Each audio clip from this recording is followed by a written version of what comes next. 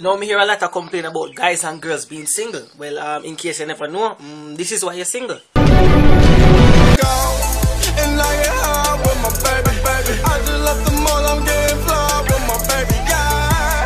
Guys are going for a date with a girl and buy the most expensive clothes, and when you reach out on the date, they can't buy the girl that is sweetie. That's why you're single. If you're the type of girl that give it up on the first date, that's why you're single. Expectation them too high, like I want a guy that is driving, I want a guy that has a job, I want a guy that has a house, I want a guy that is tall. I want to check out you, you're broke. So you want all of that, but you broke. Yeah, that's why you're single. If you're the type of girl that has a try to fix someone's relationship and not fix yours, that's why you're single.